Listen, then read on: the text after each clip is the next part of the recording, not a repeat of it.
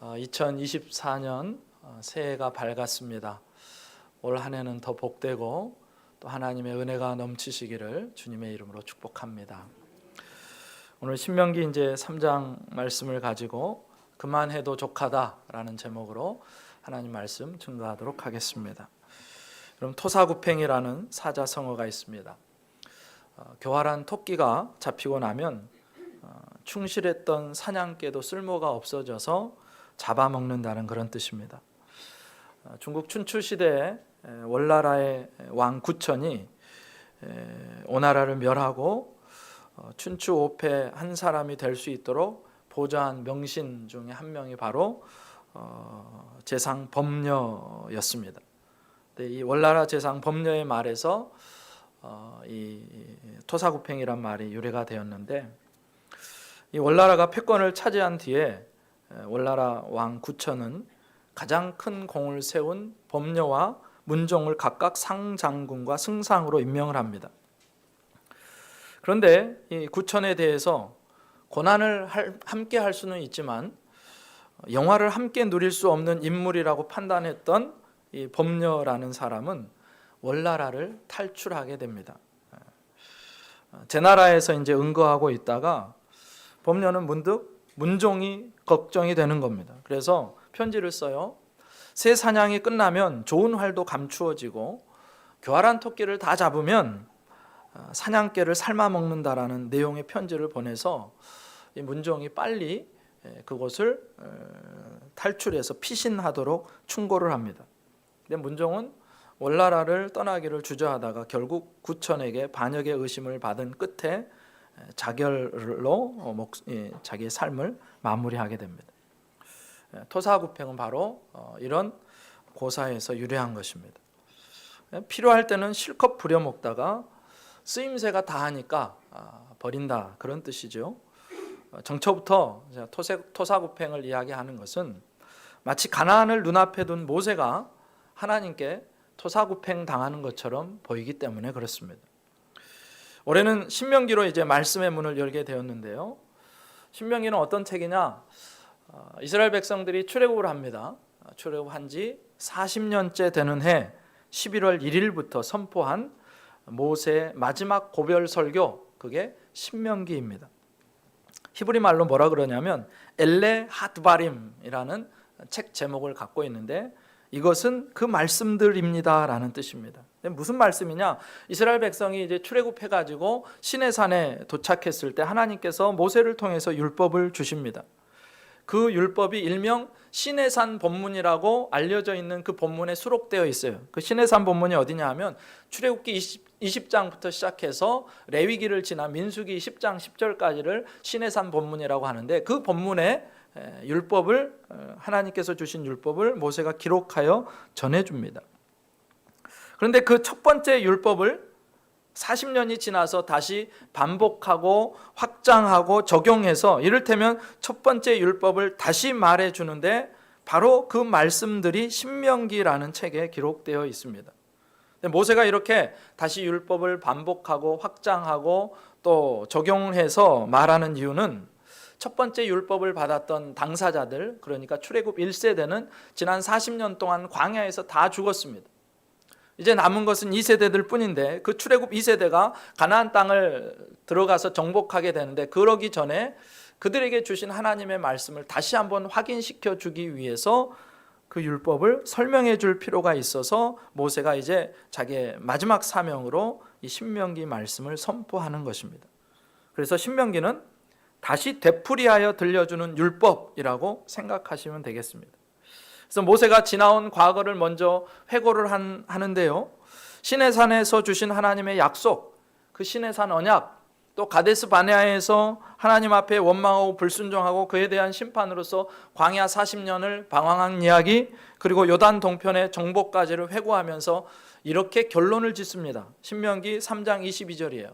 너희는 그들을 두려워하지 말라. 너희의 하나님 여호와께서 친히 너희를 위하여 싸우시리라 하였노라. 그러니까 광야 40년을 이제 쭉 되돌아보면서 모세의 결론이 무엇이냐 하면, 지금까지 우리들을 인도해 오신 하나님께서 앞으로의 삶도 분명하게 인도하실 것이고 너희들에게 반드시 승리를 주실 것이고 가나안 땅을 정복하게 하실 것이다. 그렇게 결론을 맺습니다. 그리고 이제 오늘 본문이 시작되는 거예요.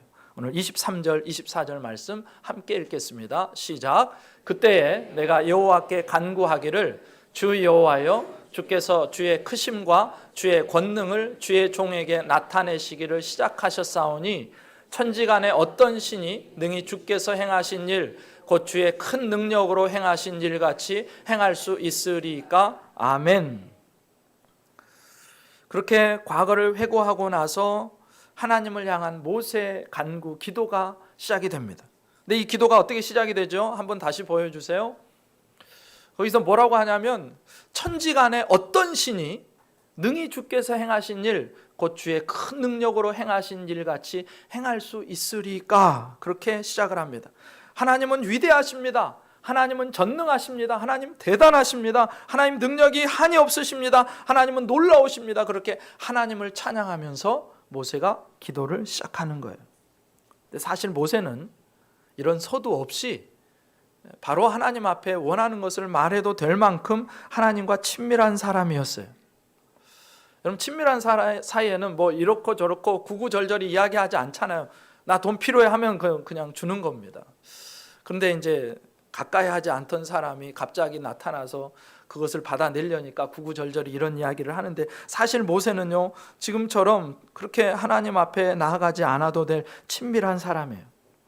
지난 40년간 늘 하나님의 임재를 누리며 살았던 사람, 백성들 때문에 괴롭고 힘들 때마다 하나님 앞에 나가서 그 사정을 토로하면서 하나님의 위로를 경험했던 사람, 인류 역사를 살다간 사람들 중에 그 어떤 사람보다도 더 생생하게 하나님을 만났고 하나님의 영광을 체험했고 심지어 하나님을 만나고 돌아오는 길에 그 얼굴에 광채가 나서 사람들이 두려워할 정도가 될 정도의 사람이 바로 모세였습니다. 그렇게 깊이 하나님과 대화하고 기도하던 사람. 그런데 그런 모세가 하나님을 찬양하는 것으로 기도를 시작해요. 하나님의 이름을 부르고 하나님이 어떤 분이신지를 찬양하는 것으로 기도를 시작합니다. 자신의 삶에서 경험했던 하나님의 전능하심, 그리고 지난 광야 40년간 순간순간 하나님의 간섭하심과 능력을 경험하고서 모세는 하나님을 찬양하지 않을 수가 없었던 거예요. 이 땅에서 도대체 이런 일을 할 수 있는 사람, 할 수 있는 존재가 과연 어디에 있겠습니까? 누가 이런 일을 행할 수 있겠습니까? 홍해를 마른 땅처럼 건너게 하신 분이 이 세상에 하나님 말고 또 누가 있겠습니까? 지난 40년간 광야에서 메추라기와 만나를 통해서 백성들을 먹이시고 살리신 일을 감히 세상에 누가 상상이나 할 수 있겠습니까? 수많은 백성들의 원망과 불평과 반역에도 불구하고 하나님이 이 세대들을 고스란히 가나안 땅이 보이는 요단의 동편까지 인도하셨는데 이 놀라우신 일을 하신 하나님을 찬양합니다. 하나님 놀랐습니다. 그렇게 하나님께 찬양과 감사를 지금 올려드립니다. 그러면서 이제 자신의 간구를 하나님 앞에 올려드리는 거예요. 여러분, 우리가 기도를 생각할 때 중요한 게 4가지가 있습니다. 기억하기 쉽도록 사도행전이라는 단어를 사용해서 기억하는데, 사도행전이라는 단어가 영어로 acts거든요. ACTS. 이 4 글자에 우리의 기도가 들어가야 되는 4가지 분명한 요소가 들어있습니다. A는 adoration, 그래가지고 찬양이라는 뜻입니다. 그 다음에 C는 confession, 자백, 회개한다는 거고요.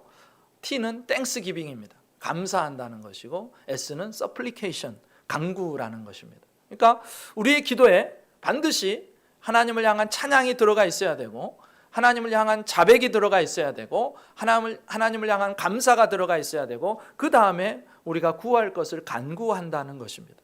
그러니까 대표 기도할 때도 마찬가지고, 우리가 어떤 장소에서 어떤 기도를 하든지 이 찬양과 자백과 감사가 반드시 간구 전에 들어가야 한다는 거예요.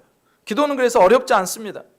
하나님 앞에 뭔가를 구하기 전에 하나님은 이렇게 위대하신 분이십니다. 내 삶 속에 이런 놀라운 일을 행하셨습니다. 하나님을 찬양합니다. 하나님께 감사합니다. 그런데 하나님의 뜻대로 살아야 될 제가 이렇게 하나님의 뜻대로 살지 못했습니다. 그런 자백과 찬양과 감사를 하고 나서 하나님 앞에 기도하는 거예요.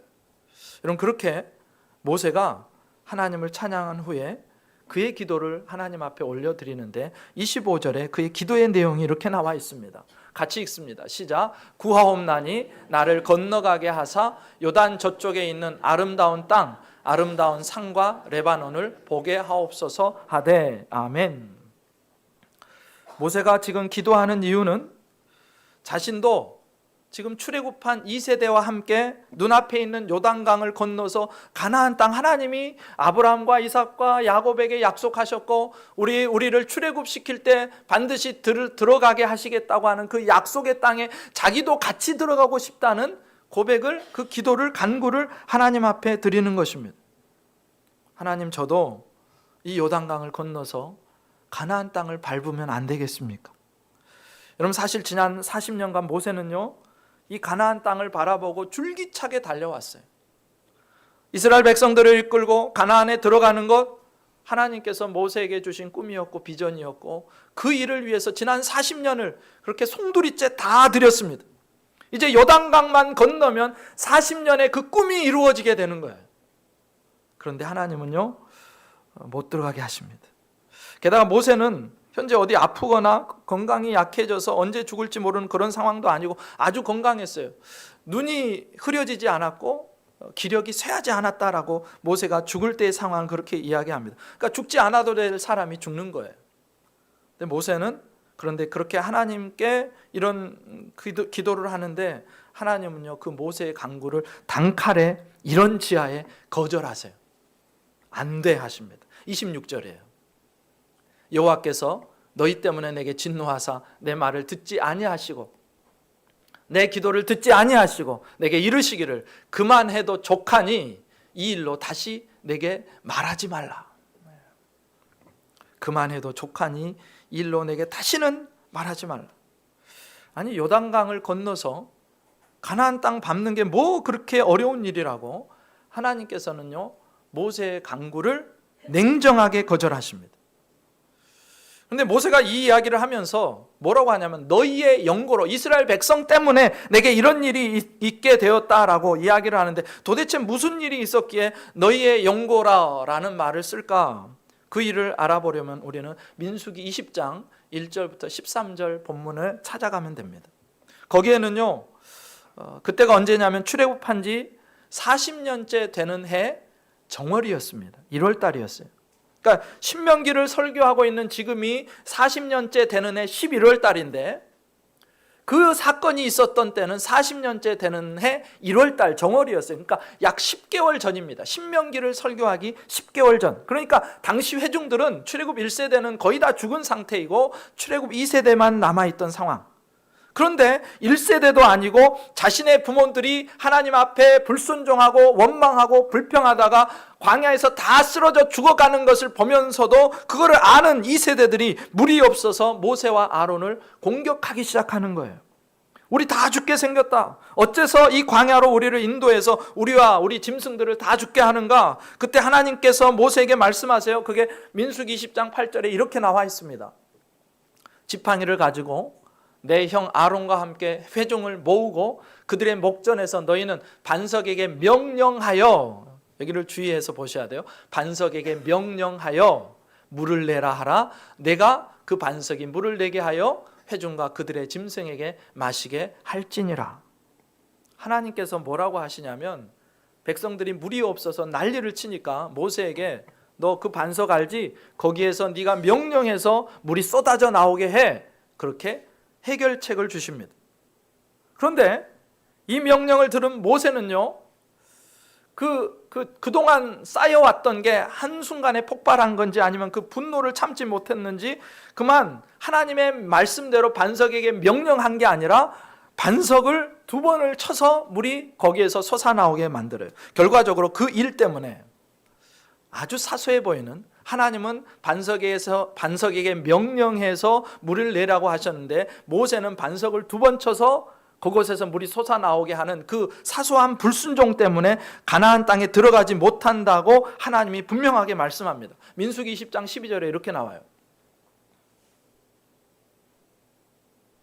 네, 같이 한번 읽어볼까요? 시작. 여호와께서 모세와 아론에게 이르시되 너희가 나를 믿지 아니하고 이스라엘 자손의 목전에서 내 거룩함을 나타내지 아니한 거로 너희는 이 회중을 내가 그들에게 준 땅으로 인도하여 드리지 못하리라 하시니라. 아멘.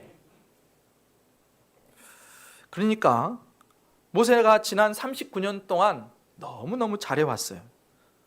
근데 어떻게 보면 이 한 가지 불순종 때문에 하나님은 반석에게 명하라 그랬는데 모세는 반석을 쳤기 때문에, 이거 하나 때문에 지금 그토록 염원하던 가나안 땅에 들어가지 못하게 된 것입니다.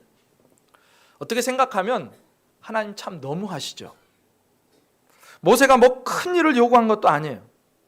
그 땅을 바라보고 40년 동안을 백성들을 이끌고 그렇게 말도 안 듣고 불평하고 원망하는 그들을 이끌고 여기까지 왔으니까 그 정도 소원쯤은 하나님 못 들어주실까요? 아니죠. 충분히 들어주실 수 있습니다.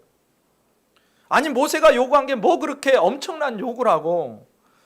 지난 40년간 백성들을 이끄느라고 죽을 고생을 한 모세가 하나님께 충분히 요구할 수 있었던 사항 같은데, 그런데 하나님은 거절하세요. 여러분, 모세가요 그 지도자 하느라고 평생 월급 받은 거 아닙니다.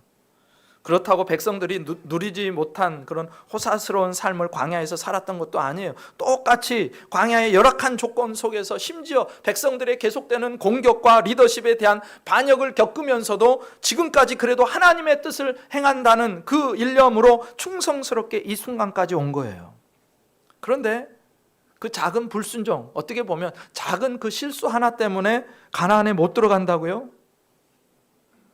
아니, 지난 39년 전에 금송아지 사건이 있었어요. 우상 숭배한 사건입니다. 그런데 그때 주동자였던 아론은 용서하셨으면서 왜 지금 반석을 쳤다고 하나님이 뭐라고 하실까? 지난 40년간 실컷 부려먹고 이제 가나안 땅이 눈앞에 와 있는 이 시점에 너는 이제 할 일 다 했으니까 이제 죽어줘야겠다 하는 것으로 밖에는 생각이 되지 않습니다. 그야말로 토사구팽이에요. 그런데 여기에는 반석을 쳤다는 그 불순종보다, 그 하나의 작은 실수보다 훨씬 더 깊은 상징적인 의미가 담겨져 있어요. 그저 반석 한번 잘못 때렸다고 가나안에 못 들어간 게 아니라는 것입니다. 사실 이런 이 반석에서 물이 솟구쳐 나오게 한 사건은 그 모세오경에 총 2번이 나와요. 출애굽기 17장에 보면 그때도 물이 없어서 백성들이, 그때는 그 출애굽 1세대였습니다. 출애굽한 지 얼마 안 됐을 때 모세를 원망하고 불평하는데 하나님께서는 그때는 뭐라고 하시냐면 반석을 쳐서 물이 솟아나게 해라. 그렇게 해가지고 순종해서 반석을 쳐가지고 물이 솟아나게 하고 백성들이 다 마셨어요. 그때는 반석을 쳤고요. 근데 이번 2번째 반석 사건은 반석에게 명령하라고 했는데 그렇게 사소해 보이는 명령을 지키지 않았다 하여 모세는 결국 가나안에 못 들어가게 되는 거예요. 그렇다면 반석을 친다는 것과 반석에게 명령한다는 것은 도대체 어떤 의미를 갖고 있기에 이 문제 때문에 결국 모세는 가나안 땅에 못 들어가게 되는가, 요단 동편에서 죽게 되는가, 그 점을 이해하기 위해서는 이 반석에 대해서 반석을 해석해 주는 성경의 도움을 받으면 돼요. 사도 바울이요 신약 성경에서 우리에게 이렇게 알려줍니다. 고린도전서 10장 1절부터 4절이에요. 이 부분은 어떤 부분이냐면 광야 40년의 이야기를 이렇게 해석해 주는 거예요. 형제들아, 나는 너희가 알지 못하기를 원하지 아니하노니 우리 조상들이 다 구름 아래에 있고 바다 가운데로 지나며, 홍해 사건을 말하는 겁니다. 모세에게 속하여 다 구름과 바다에서 세례를 받고, 여기를 보시면 바다를 지났대요. 이것을 사도 바울은요 이스라엘 전체적인 온 공동체의 세례 사건으로 규정합니다. 세례가 뭐지요? 내가 예수님과 함께 십자가에서 죽었습니다. 그 죽음을 상징적으로 표현하기 위해서 물속에 잠깁니다. 그리고 물속에 잠겼다가 다시 일어나면서 내가 부활하신 주님과 함께 다시 새 사람이 되었습니다. 부활했습니다. 그걸 고백하는 게 세례 의식입니다. 그런데 바울은요 마치 그 홍해를 건너간 사건이 우리에게 세례 사건과 똑같은 사건이었다고 설명해 주는 거예요. 홍해를 건너가면서 애굽에서 죄의 종살이 하던 옛사람은 다 죽은 거예요. 홍해 물속에 잠겨서. 그리고 홍해에서 나오면서 이제 옛사람은 죽고 새로운 사람이 됐습니다. 하나님의 은혜로 새로운 사람이 됐습니다. 이제 다시는 이 홍해를 다시 건너서 애굽으로 들어갈 수 없어. 애굽으로 다시 들어갈 수 없습니다. 옛 사람으로 다시 되돌아갈 수 없습니다. 이제 구원받은 사람이 된 거예요. 세례를 받았어요. 그 다음에 3절, 다 같은 신령한 음식을 먹으며 만나와 메추라기 이야기를 하는 겁니다. 다 같은 신령한 음료를 마셨으니 반석에서 쏟아져 나온 물을 이야기하는 거예요. 이는 뭐냐? 그들을 따르는 신령한 반석으로부터 마셨음에 그 반석은 곧 그리스도시라. 다시 말씀을 드리면 광야에서 이스라엘 백성들이 반석으로부터 물을 마셨는데 두 번 그 사건이 있었다 그랬어요. 그 반석이 뭐냐? 바로 예수 그리스도라고 사도 바울이 해석을 합니다. 성경이 우리에게 가르쳐주는 해석이, 제가 말씀드리는 해석이 아니고 성경의 해석입니다. 그러니까 충분히 믿을 만한 해석이에요. 그 반석이 뭘 상징했다고요?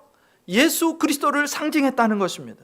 그 반석을 쳐서 물이 나와 백성들이 먹고 살았다는 것은 그래서 무슨 의미냐? 반석인 예수 그리스도를 쳐 죽여서 예수 그리스도께서 자기의 몸을 찢으셔서 그곳에서부터 샘물이 터져 나오고 죽어가던 이스라엘 백성들이 그 생수를 마시고 다 소생하게 되었다, 살아났다라는 뜻입니다.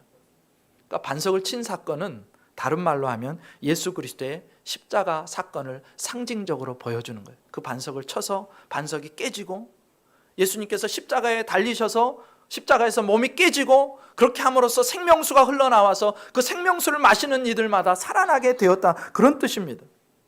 그러면 여러분, 예수님의 십자가는 한 번이면 충분합니까? 아니면 여러 번 계속 십자가에 달리셔야 됩니까? 한 번이면 충분해요. 한 번이면. 그걸 우리는 영단번의 제사라고 그럽니다. 예수님의 십자가 사건은요, 인류 역사의 중앙에 서 있어서 그 전과 그 모든 인류를 다 구원하시기에 충분하신 영단번의 사건이었습니다. 그러니까 예수님은 두 번 돌아가실 필요가 없는 거예요.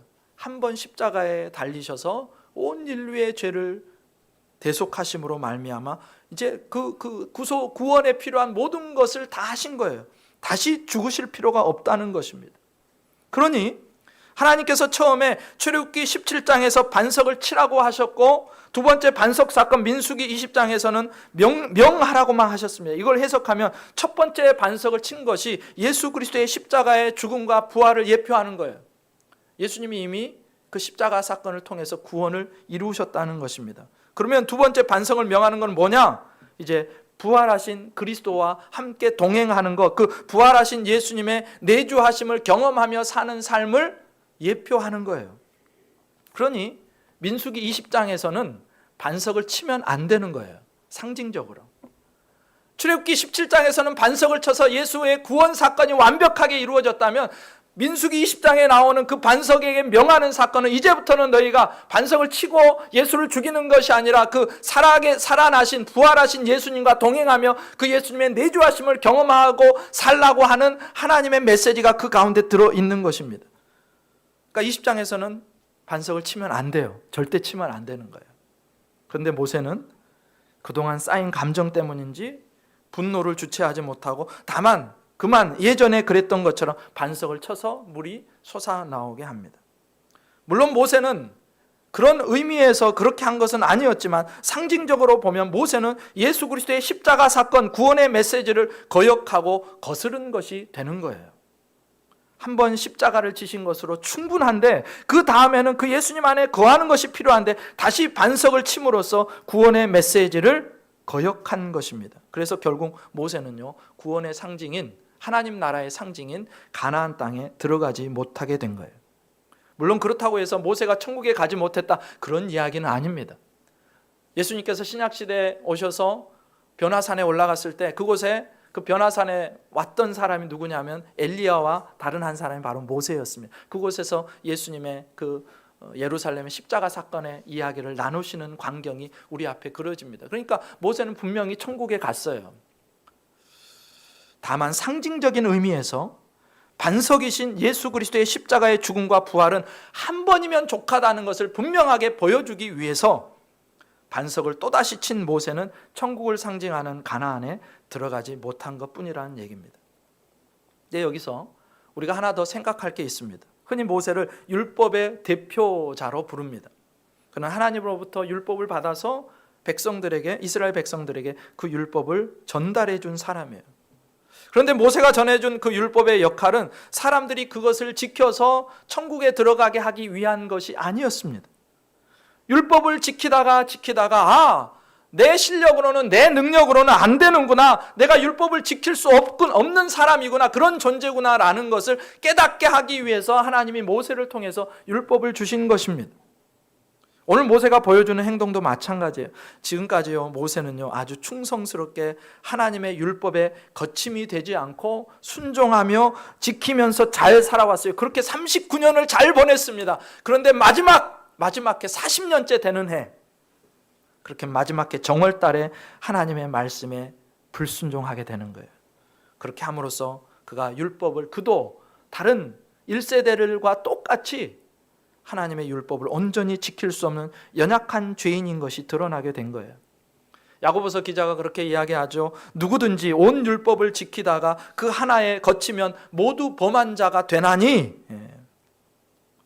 하나님께서는 모세의 그 한 번의 불순종을 통해서 율법은 이렇게 하나만 어겨도 죄인으로 드러나게 되어 있고, 그래서 결국 율법의 의를 통해서, 율법을 지켜서 하나님 나라에 결코 이룰 수 없다는 사실을 모세의 그 한 번의 실수와 불순종을 통해서 가나안에 못 들어가게 하심으로 실물 교육으로 우리에게 보여주시는 거예요. 모세는 그렇게 단 한 번의 불순종, 별거 아닌 것처럼 보이는 바로 그 일이 모세를 심판받아 마땅한 죄인으로 규정했고, 스스로의 의로는 천국에 들어갈 수 없는 죄인임을 분명하게 이 모세 사건을 통해서 보여주시는 것입니다. 그러니까 하나님께서 아주 냉정하게, 철저하게 거절하세요.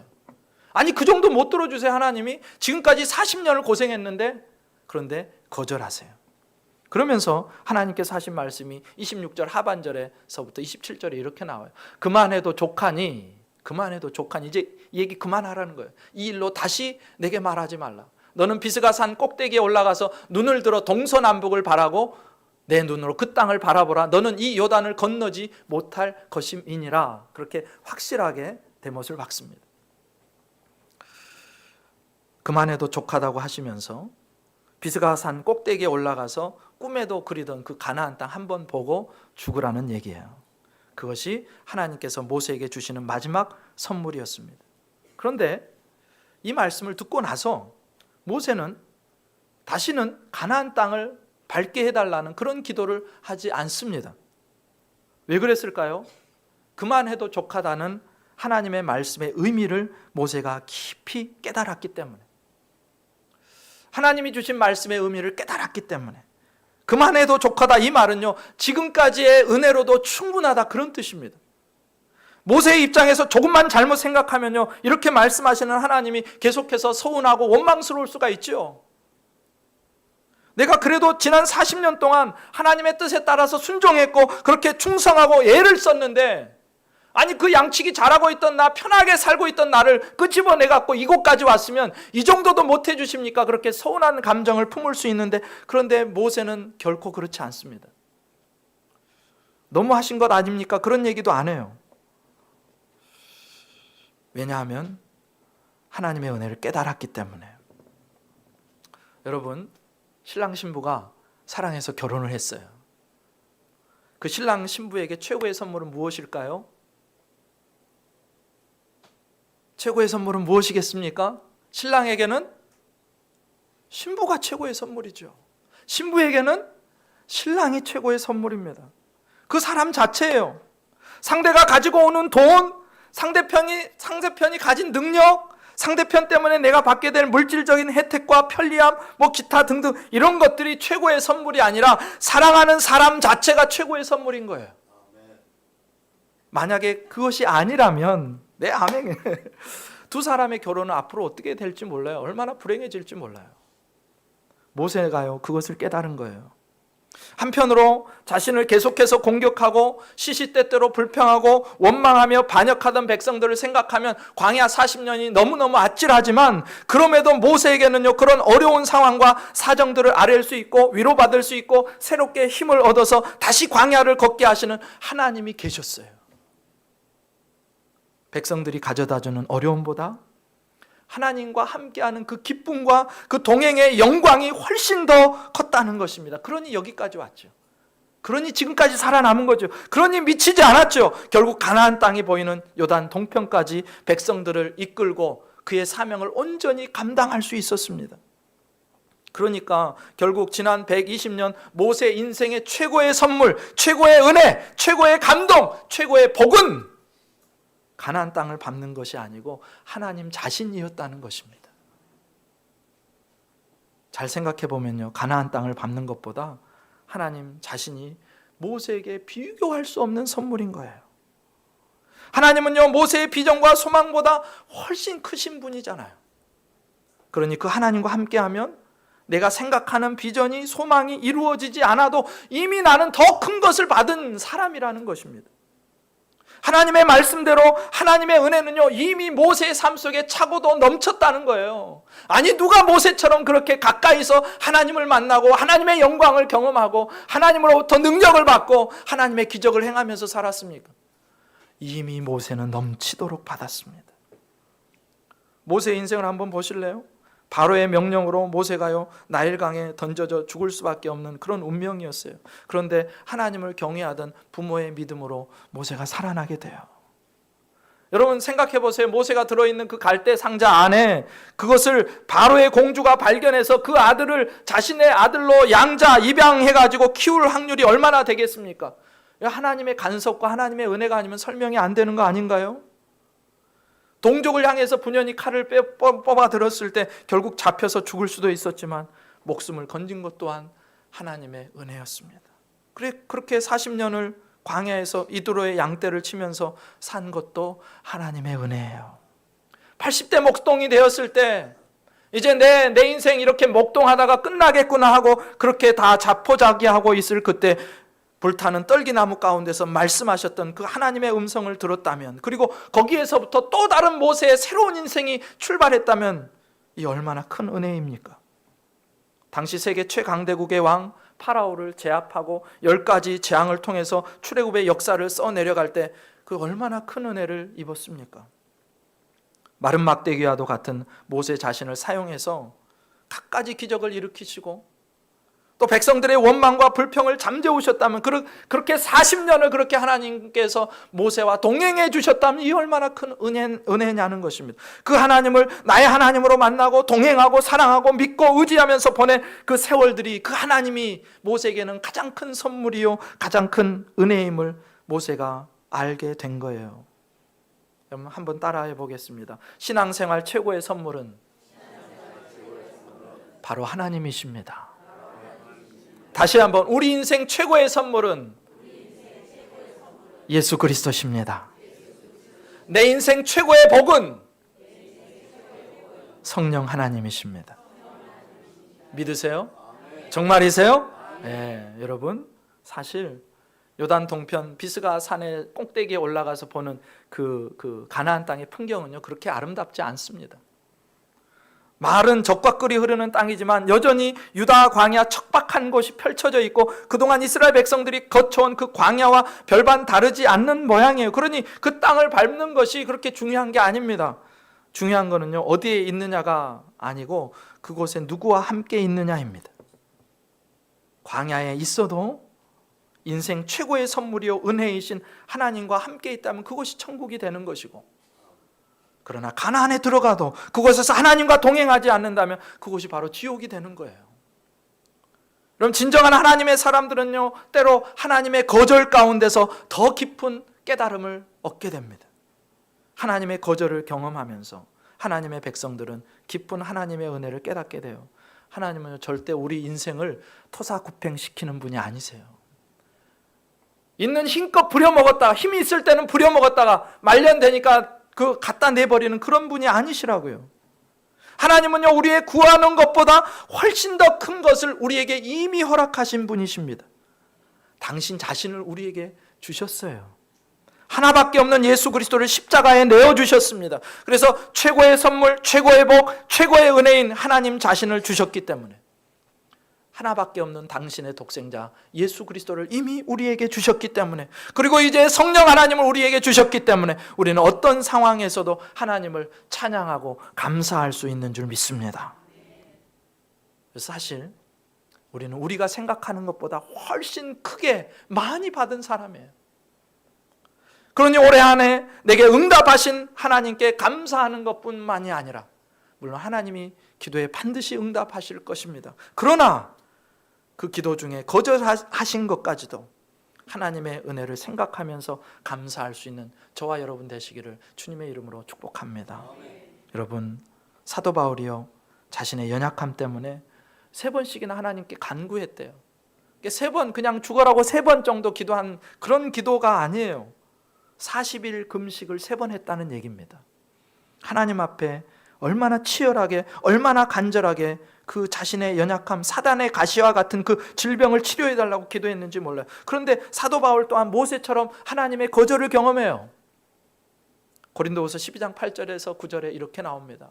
같이 한번 읽어볼까요? 시작. 이것이 내게서 떠나가기 위하여 내가 3번 주께 간구하였더니 나에게 이르시기를 내 은혜가 내게 족하도다. 이는 내 능력이 약한 데서 온전하여짐이라 하신지라. 그러므로 도리어 크게 기뻐함으로 나의 여러 약한 것들에 대하여 자랑하리니 이는 그리스도의 능력이 내게 머물게 하려 함이라. 아멘.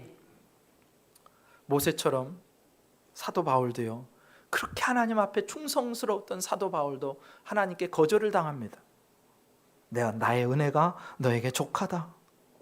근데 바울이요, 그 은혜를 깨닫게 돼요. 그 말씀 속에서 기도 후에 가시의 의미를 깨닫게 됩니다. 아, 내가 하나님께서 보여주신 것이 능력이 너무너무 커서 내가 자칫하면 자고해서 내가 다른 길로 빠질까 봐, 하나님을 모른다고 할까 봐, 내가 교주가 될까 봐, 내가 하나님이 될까 봐 하나님이 내게 가시를 허락하신 거구나. 그래서 그 가시를 은혜로 알고 감사하며 일평생을 순교하는 순간까지 헌신하게 됩니다.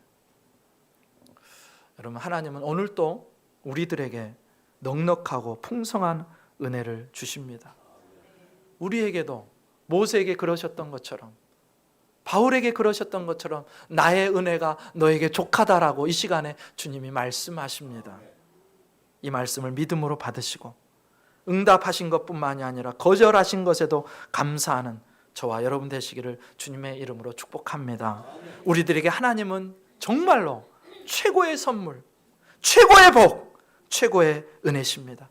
그 하나님 안에서 올 한 해 순간마다 그 하나님을 의지하며 그 하나님을 찬송하며 감사하며 승리하는 저와 여러분 되시기를 주님의 이름으로 축복합니다. 기도드리시겠습니다.